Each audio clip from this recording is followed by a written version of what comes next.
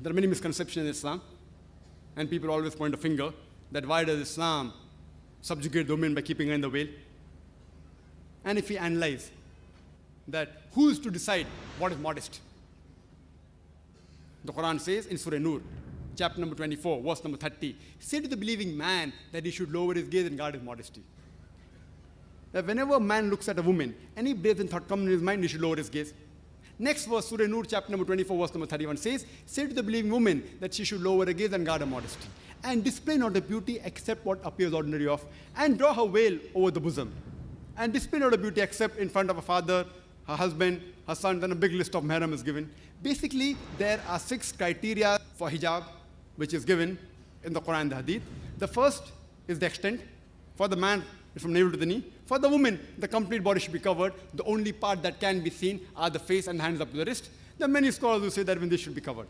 The remaining 5 criteria are the same. The second is the clothes they wear, it should not be tight so that it reveals the figure. Third, it should not be transparent. Fourth, it should not be so glamorous so that it attracts the opposite sex. Fifth, it should not resemble and be a sign of the unbeliever. And sixth, it should not resemble that of the opposite sex.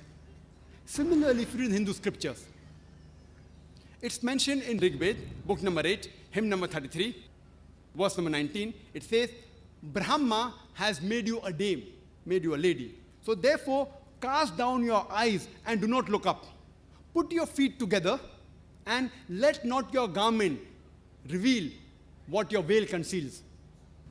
So according to Rig-Ved, book number 8, hymn number 33, verse number 19, it says that the woman should lower the gaze.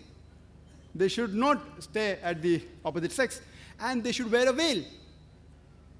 Further, it's mentioned in Rig-Ved, book number 10, hymn number 85, verse number 30, that it is devilish and not right when a husband, he covers his thighs with the garments of his wife. That means wearing clothes of opposite sex is prohibited in Hinduism. It's further mentioned in Mahavir Charit, Act number 2, page number 71, when Sri Ram, when he sees Parusharam, he tells his wife Sita that Parusharam, he is our elder. You cast thy eyes and draw the veil. So Sri Ram tells his wife Sita that when an elder comes, you should draw the veil and look down. Further, if you read the books of historical records, we find the Indian ladies, many of them wear veils. There are coins in the post-Gupta age showing women, Indian women, wearing a veil and the veil coming up to the shoulders, some up to the arms.